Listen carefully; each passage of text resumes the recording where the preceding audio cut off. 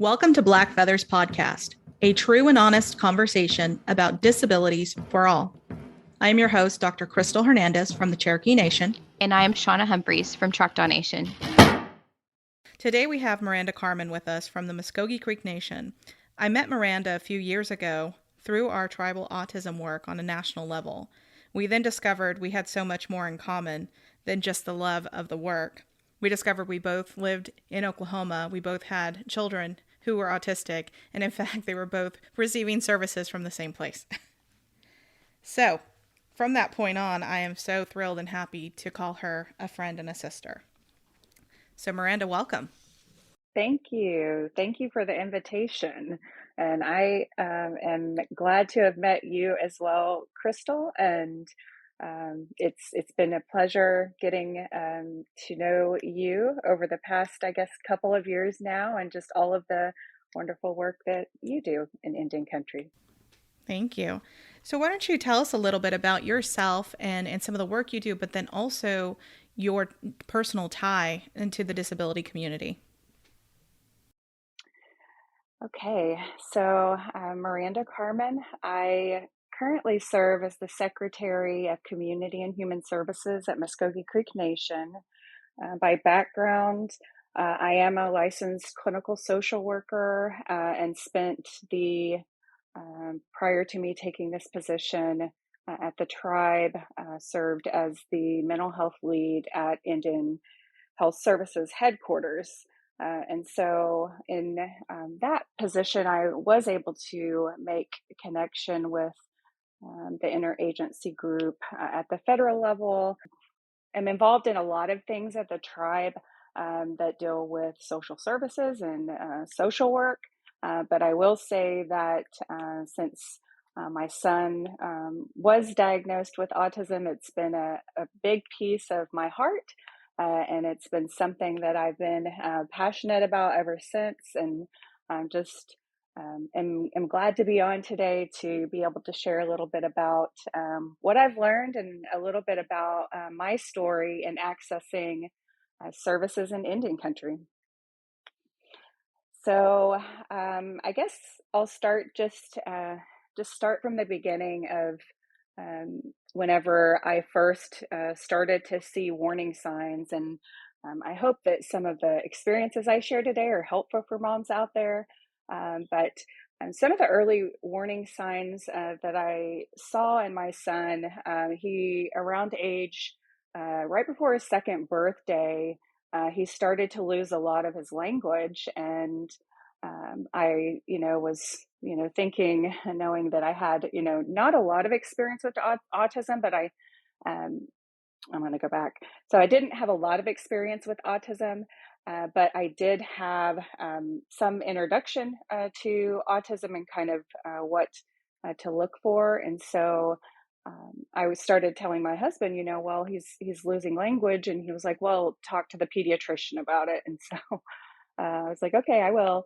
And so when I went in to talk to the pediatrician, he had a son that was on the spectrum, so he was somewhat open to it. And just kind of hearing me out and my concerns, but then he was still very hesitant to provide me with any referral or anything like that. And this was here at our health clinic at the tribe. And so after seeing him a couple more times, I think I finally convinced him that, I think it was at least enough to be concerned and enough to make a referral. And so he made the referral for us, and we were placed on a 9-month waiting list. And so there, I was like, wow, okay, well, this is different. It's not, all of the time that you have to wait 9 months to, figure out what's going on with your child. And so, we're on the 9-month waiting list. And so I would say he's probably at that point, by the time I convinced the pediatrician, he's probably 3. So another 9 months, he was almost 4 by the time that we got the diagnosis, just to kind of give a little bit of a timeline of just, how long it took from 2 to 4 for us to, have a door open for him to even receive any type of service. And so I think that's, a lot of moms and parents, that's their experience, unfortunately. And I think that it's getting better as time goes on, just because there's tons of advocacy work happening. But I know that it continues to be a barrier, and just lots of awareness that needs to be brought to the importance of early diagnosis, and how important it is that the earlier that the child can get that diagnosis, the greater chance they have of making just leaps and bounds to recovery. So after the diagnosis, of course, that was something that then we have that, and I'm doing research. I'm learning as much as I can. I'm reading all of the time, just trying to learn and recognize things that even I wasn't paying attention to before the diagnosis. So once we had that, I was like, okay, now I know what I, am kind of dealing with, and I can kind of, now I can shift my focus just directly to that. It's definitely autism. And so some of the things at that time that began to be challenging is, uh, one, where we were right outside of Tulsa, but there was only one ABA provider. And at the time, I was working for the tribe, and our insurance wasn't covering it, and Oklahoma insurance wasn't required to cover it at that time. And so that really left us in a place where now we have this diagnosis, and there's not a way for us to access treatment for him. And so there were a couple of providers doing some play therapy type models in Tulsa. So we were taking him to that. We were taking him to speech, occupational, just doing anything that we could get access to through our insurance, and even paying out of pocket for some of the play therapy. But as we're waiting for the to have an insurance option, that was kind of the path that we had to go on. And so I was working at the tribe, like I mentioned, and decided that I was going to apply for a federal position, because in all of my research, I found out that federal insurance plans, if you were a federal employee, that they did require insurance companies to cover ABA therapy. And so that's how I ended up in the position where I'm at Crystal, with IHS headquarters. And so from there, we had another door that opened for him, and we were able to get him into ABA therapy. A little bit about, I guess, or, as he got older and he, started to, I would say, wander more, safety became like just an increased risk for him, concern for me and my husband. And so just been reflecting on, we had locks on our doors that were high enough where he couldn't um, get them. And so it was like a separate lock. We had locks on all of our windows because he loves to be outside. He loves to be barefoot. Still to this day, he would prefer to be outside. He doesn't wander now. But um, back then he loved to wander, and we had a couple of ponds around us. And I mean, lo and behold, if you wanted to know where he was at, you can guarantee that if you didn't see him in your first sight, that you needed to go to the pond, because he was probably going to be standing there looking. And he never jumped in the pond, but he was standing there looking every time that we found him. And it was just it was the scariest thing as a parent. And so I want to definitely mention that, because swimming has been the biggest blessing for my son. And it relieves so much stress for me and anxiety for me when he learned to swim. He's 10 now, but he learned to swim when he was 7. And so I want to mention that piece, just because I know that parents out there that I know that they probably have those same concerns. And when you see it on the news, that is, unfortunately, like that's just the horrific thing that is in the news when something does happen to a child. But it is very true that, he always migrated to water, and we have lake houses, and he would do the same thing at the lake, and we would have to have someone literally with him 24/7 when we were at the lake before he learned to swim. And if he ever got away or, took off, he was going to be running full speed ahead to the water. And so there wasn't going to be any stopping if he decided he was going in. And so it's so scary, but just such a big, if they can learn to swim, and swimming lessons and just getting them, it relieves a lot of risk and increases the safety. But back to the treatment, I just want to mention, I wanted to mention that piece. So when we started ABA therapy, of course, I was reading like there's, some negative reviews, there's some positive reviews, and there's mixed reviews, I guess, about what ABA therapy can provide for your son. And for our son, I had read that it was, evidence-based. It's the gold standard for autism.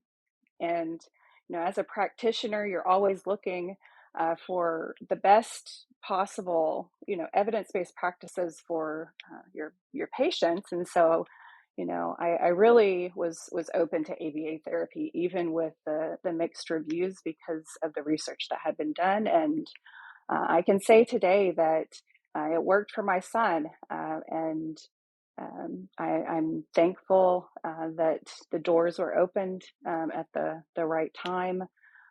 They helped us with potty training, and he was around age 5, which was a huge, huge help for us.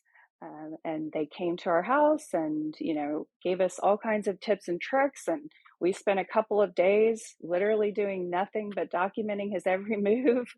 And by the end of that week, we were on our way, and he was fully potty trained. And I was jumping for joy at that point, because it was another just huge, huge, huge, huge relief.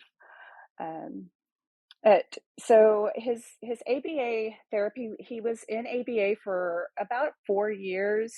And so he started to transition out of ABA therapy during the pandemic.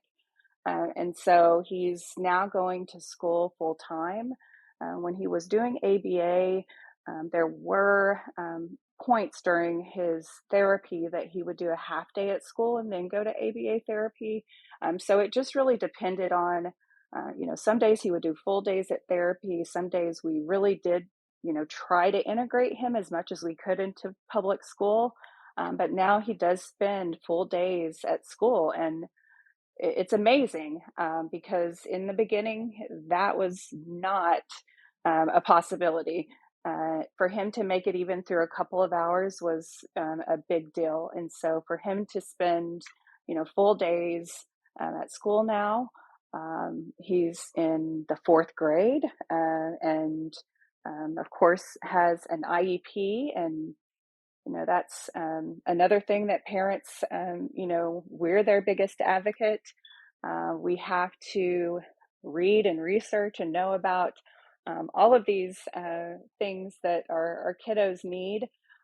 But just we're our biggest, or we are our child's biggest advocate in making sure that they have um, the best education options in front of them.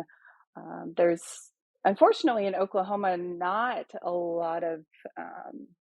there's not a lot of autism schools, and my husband's from Virginia, and it's a very common thing in Virginia that autism schools are in every, probably in every county, and there's county funding for it. And it's a lot different. And so it's unfortunate that Oklahoma doesn't have more to offer in that area, but I will say that it's important to just make sure that you stay connected with your local school and that you're advocating that they're doing all that they can to provide your child with the best educational options.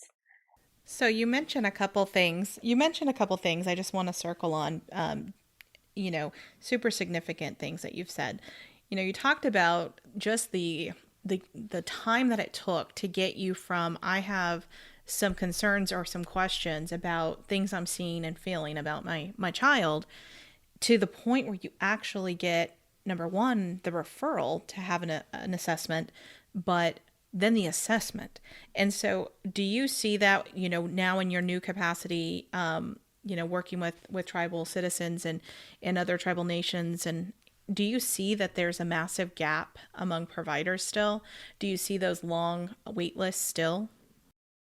I'm not super hands-on with behavioral health, but from what I have heard from some parents that have tried to access services, that yes, there are not a lot of providers. There are not a lot of places to refer to.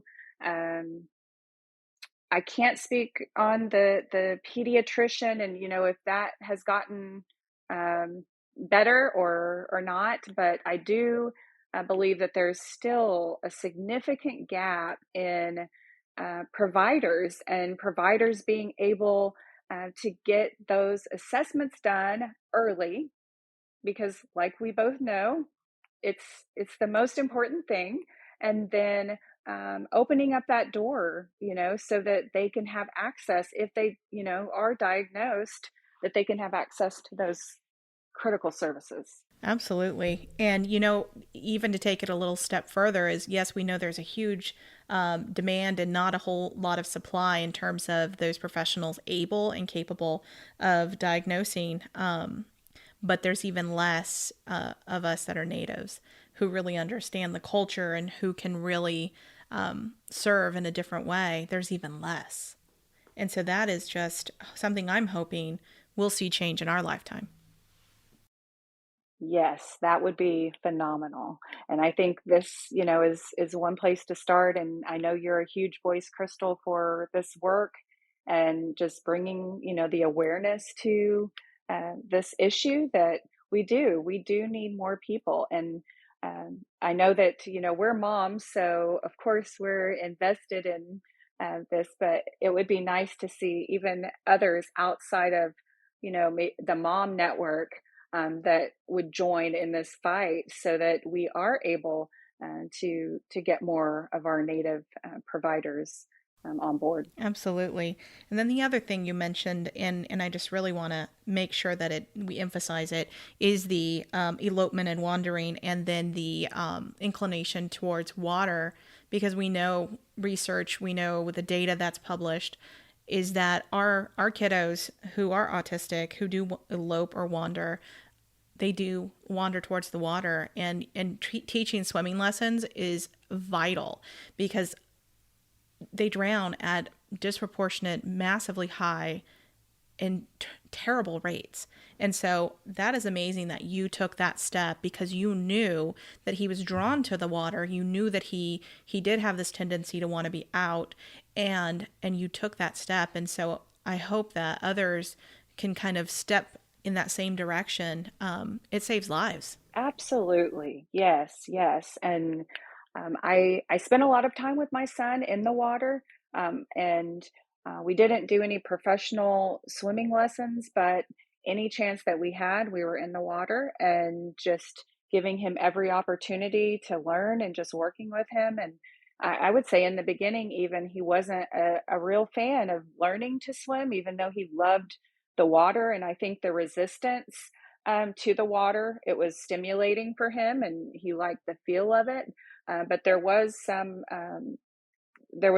time, I guess, whenever he was getting over maybe a fear when it came to learning to swim because it wasn't natural. But once he, started to kind of figure it out and learning to tread water, he took off and He is a phenomenal swimmer. He's mastered the backstroke. He can do the backstroke better than probably the majority of people in my family.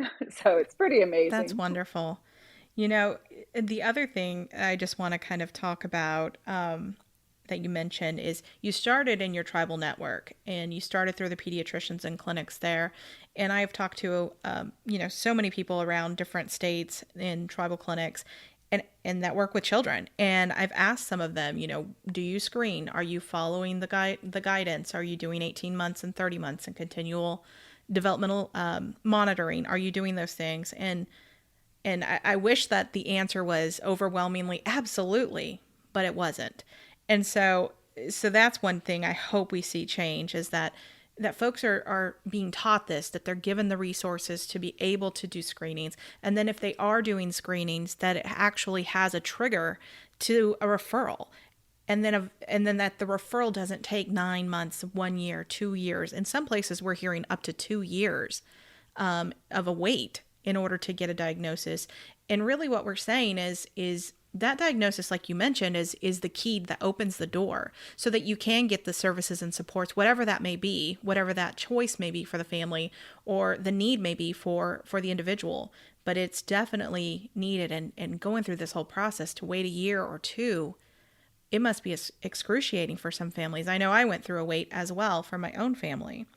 So I'm just curious, now that you've stepped into a different role, do you think that there's a renewed or expanded focus on developmental disability screenings, assessments, services within tribal nations that you've been made aware of or part of? Well, I will say that we've recently at Muscogee Creek Nation received a HRSA grant that is it's the F2F, and so we're going to, it's a health information center for families.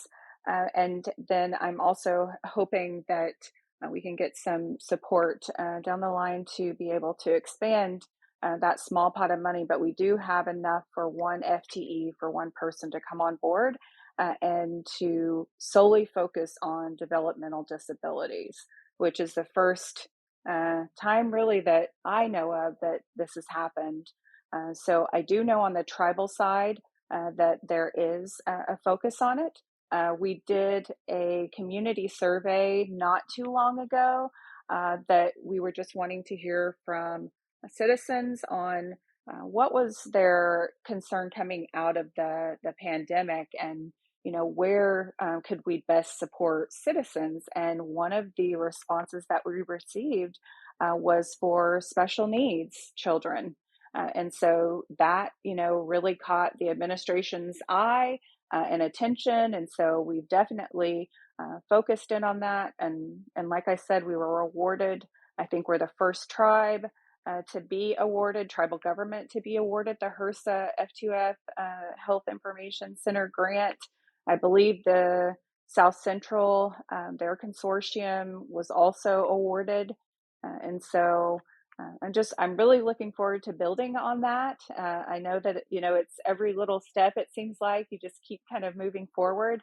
But in those efforts, I believe that we'll have a chance to sit down with our health partners, to sit down with our practitioners inside of our clinics, and to really talk about what those screeners are and the importance of those screeners, and making sure that we're making those connections for our families and our communities. Thank you. And I have one last question and then I'll let Shauna go. Looking at your own journey, what would you say to your fellow tribal families that are just starting theirs? I would say, um, would you say before diagnosis or just any? I would honestly say, looking at the totality of your journey that you just described to Mm-hmm, us, what would mm-hmm. you tell somebody who was just starting their journey on the autism journey in Indian country? What would you say? I would say that be the best advocate that you can for your child, no matter what you're trying to access, and know that your activism and your participation is going to pave the road for somebody else. And I think that's the most important thing right now, is that it's new. There's, still, even at the federal level, as it's still, we're trying to garner support for resources.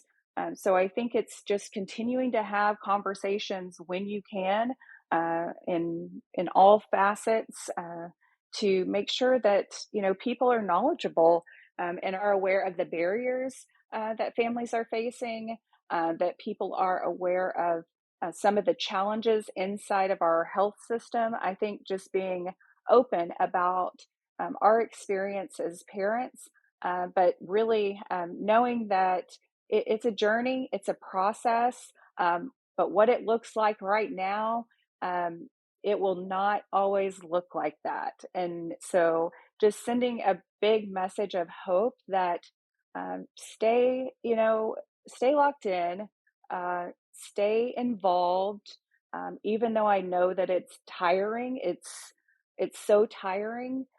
Your efforts and everything that you put in will pay off, and you will start to see tremendous results as time goes on. And unfortunately, that's kind of the thing in the background, is time. And you're waiting and waiting to see some of those small progressions, and to see some of those small improvements that just mean so much, like potty training and swimming. And so just a real message of hope that, stay locked in and remain hopeful, because it will pay off. Yeah, I had about three questions, but Crystal, I think, just got one. But I'll go ahead and ask in case there's something like just specific you wanted to say about it. But I had the biggest piece of advice for Native families or parents that are newly My diagnosed. reaction was different than my husband's reaction, and I imagine that each parent will have their own reaction to receiving the diagnosis.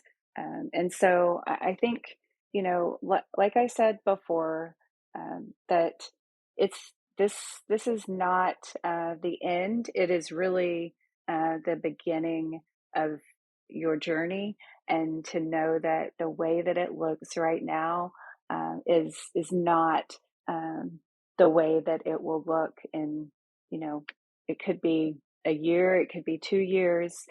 You're going to see progress, and just don't give up, don't get discouraged.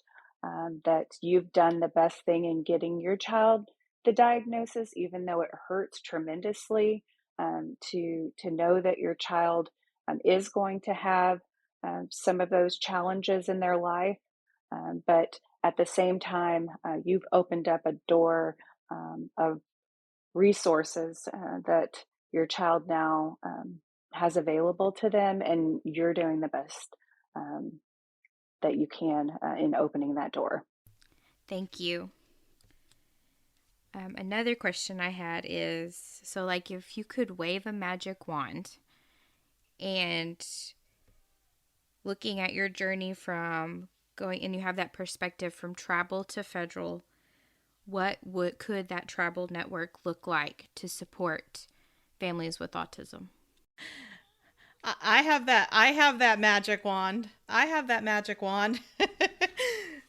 No, we talked, I mean, we've talked plenty, and I know that for me the magic wand, I'll just go and then you can just jump on and do.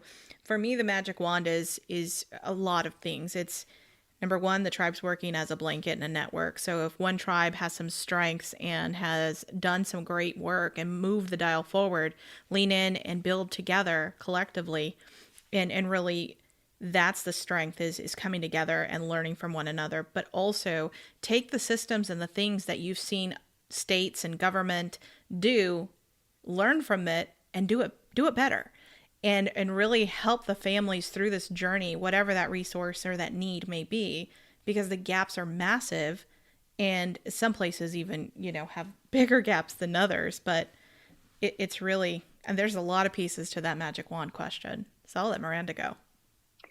Yeah, so you kind of sparked just some thoughts. I think, the tribal relationship with the federal government is a unique opportunity to tag on to some of the efforts, which I know, Crystal, you've tapped into some of that. But I look at some of the just the conferences that happen, and the federal money that's poured out into communities for lots of different things. And I think that there's opportunity for us to be in places and to share information that, and so I'm thinking maybe along the lines of um, like a task force, or something that brings awareness, similar to how they've, kind of done a task force for um, family violence and domestic violence. I believe there was a task force on um, missing and murdered Indigenous women. And so things like that start to really circulate through Indian country. But I love the idea of creating that network. And so somehow bringing the individuals that are the champions on the ground together in one place, that we're able to stay connected and to share those experiences, those resources, because we learn from each other, all the time. Of well, in this state maybe it's a certain way, but in another state you would have access to certain things. So there's just a lot of um, differences even from state to state. And so we know that our tribes are in every state. We have tribal members. And so we have all of those different scenarios that families are facing. And so finding a way to bring those champions, those families together, and to share those experiences, share those stories, and share what has worked, so that there can be more services provided on the ground and locally, and um, that ultimately that more families are hopefully getting services as early as possible. I have one question I want to talk about, and we can talk about it together if you would like. You mentioned ABA and controversy, and I am very well aware of the controversy. I've had people write to me and talk about ABA being akin to assimilation for our tribal folks, and of course, then you have all sorts of other opinions about it, both directions. And so, I was just curious if you wanted to say anything about that, so we can tag that through. I haven't heard that. You probably talk to a lot more people than I do, Crystal. uh, Just a few. but yeah, so I haven't heard that specifically. That's interesting. That it would be, I guess, compared in that way to assimilation. Um, I look at it as, these kids need specialized services. And, um, you know, there's not a lot of options. There's a few, but when you're talking about that are actually research based, that have proven results, I mean, anyone can come up with an idea and say that, okay, yes, this is what you should do, but things that actually produce results. And so that's what I would say, is that if I'm a parent, I want to know that the time that I'm investing and the money that I'm investing is going to produce results. And I know, every parent's probably going to look at it a little differently, but I definitely think it's more about this treatment being something that has proven to work, because we do not know everything about autism. We do not know. And so, not knowing means that you have to go to what's shown to produce results. And Yeah, that would be what I would say. I haven't had that question, so I'm gonna have to think on that one a little bit. Um, No worries. And so, just for the podcast itself, ABA is applied behavioral analysis. And so, for me, I always look at it because I hear both sides. Sometimes it's appropriate, sometimes it's not. And I think just the wideness of variety in need and strength and preference, I'm always one that I allow that preference to come in. And if this works for your family and for you, and it's needed, whatever that treatment is, I believe that they should have access to it. And so it's all for me about choice and access and need. And so, absolutely, thank you for sharing that. All right. Is there anything, Miranda, that we have not asked you or that you feel? I think I just have one last question, and it may take a few minutes for you to think on it too. But you mentioned that moms are kind of leading this fight.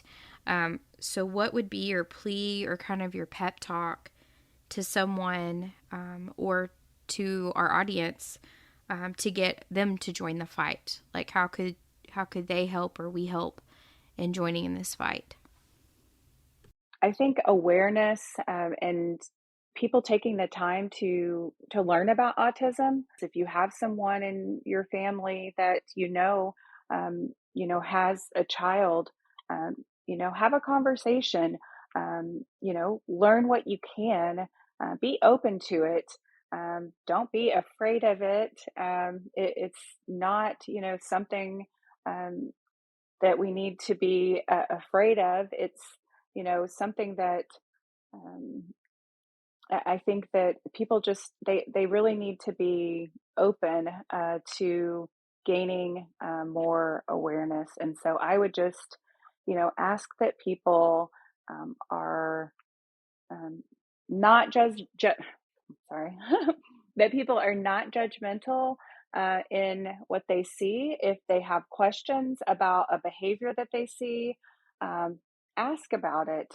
And, if you are aware of a child and maybe someone else is, making a comment or they're, asking questions about behaviors out in public and what is that about, educating if you're aware those people if you have that opportunity and what you've learned about autism because there's definitely a spectrum but that's something that I've seen just in going out in public. We go to football games all the time, so I think it's important to explain those things, to be open, and then for others on the other side to be willing to learn and have an interest in just really joining us in this effort to bring awareness to these issues because they're real issues.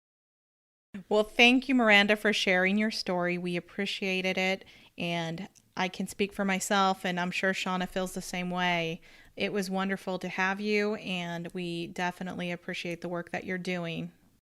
Well, I appreciate the invitation. I am glad to have joined as well, and look forward to connecting in however I can with if it's moms, if it's parents that are just interested, if people want to know more. I think they'll have three individuals here that could definitely provide information. Crystal, I know, is a wonderful resource and can get you connected to pretty much anything that you need. So I appreciate it, Crystal, and everything that you've shared with me. So thank you again. Thank you.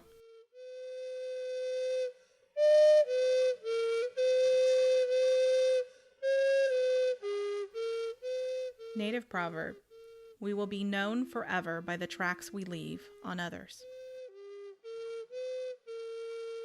Native Americans have the highest rate of disability among all other groups. We have compounded traumas. We have been stripped of land, culture, and lives. We have continued barriers to care with equitable service. There continues to be a true lack of inclusion in crafting widespread policies, programs, funding, and systems. When we know better, we do better, and everyone deserves to have compassionate understanding and be their most authentic self.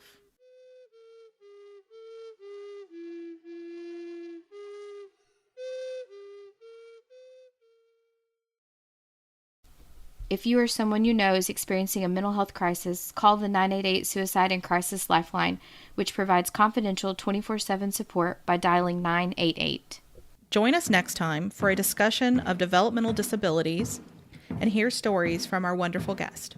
So, Black Feathers Podcast is a podcast that will occur on a monthly basis. We hope that you will listen, subscribe, and follow us on social media. Thank you to Cherokee National Treasure, Tommy Wildcat, for the use of your flute music on this podcast. I want to thank Lucas Frazier and the boys for letting us use their drumming music. Please subscribe to Black Feathers Podcast. You can find us wherever podcasts are found. We would love to hear from you and invite you to submit your stories and questions. Until next time. Thank you for joining us on this month's journey. Remember, none of us walk this alone. Together, we are stronger, and it is the roots that bind us. Follow us on blackfeathers.org.